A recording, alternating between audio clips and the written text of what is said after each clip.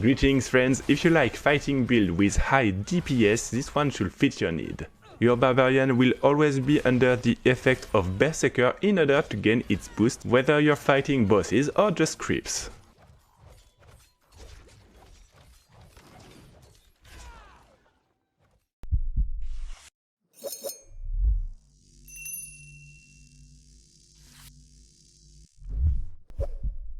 I'll start with the skills and I'll explain how you can always be under the effect of Berzerker. It's not that hard, but you need to not miss a step, so make sure to follow them. First you'll have Frenzy, which will give you fury generation but also increase your attack speed when you are in Berzerker. It will be important to have your Frenzy stack in order to gain this global attack speed boost. Then we have Double Swing. This skill will be our main DPS but also keeps the duration of Berserker. Each time that you hit an enemy you'll gain 2 seconds of Berserker. That means that you'll need to swap between Frenzy in order to gain Fury and your attack speed stacks, and Double Swing in order to maintain Berserker. Then we have Iron Skin, our defensive skill, nothing special about this one. And then we have Death Blow. This one is a bit more harder to understand. We'll be activating Berzerker with Death Blow because when you hit someone, no matter if you kill or not, it will give you Berzerker. Then if you are fighting creeps, Death Blow will be usable again if you kill an enemy with it. That means that you can easily chain kill creeps with that spell. When you are on a boss, once you use Death Blow, just go back to Frenzy and Double Swing. At the beginning of the video, in the first part you have the creeps fight, and after against a boss, and you can see that you always have Berzerker. You have leap for the mobility, but in the case that you lost Berzerker, when you jump on a creep you will have your Berzerker back. Then we have our ultimate Wrath of the Berzerker. This one is also a bit tricky because as you saw we don't need it to activate Berzerker. It will last 10 seconds and in this duration you'll gain Berzerker but especially Unstoppable and some damage boost. So it's not mandatory to take this one, you can also take another ultimate, Warcry if you play in a party, or some CC spell, for example the Chains. For the stuff you'll want Strength and Dexterity, Strength for the damage of your skills and Dexterity for the chance to crit. You also want physical damage and a bit later critic and chance to crit. And of course boost and synergy with your Berzerker buff. Lastly, some resistances because you'll be playing in melee.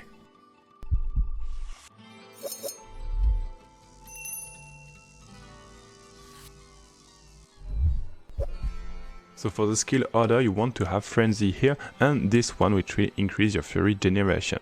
Then you get to the Double Swing and the passives. This one is not very interesting but this one will be crucial in order to keep our Berserk.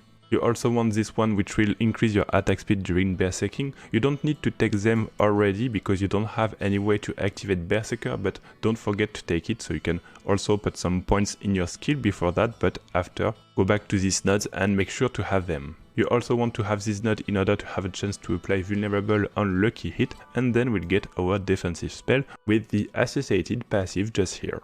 Then you'll get to leap and you take this one in order to decrease the cooldown when you don't hit any enemy, and you also want to take this node, the first one, damage reduction during berserking, this one increase fury generation, and this one will grant you Berzerker if you hit an enemy with a leap. So at the beginning you can also put it max because it will grant you 3 seconds of Berserk. Until you don't have the Death Blow you can use this one in order to trigger berserking. After you just need to go back to using Double Swing and you'll be able to maintain Berzerker at the beginning of the game.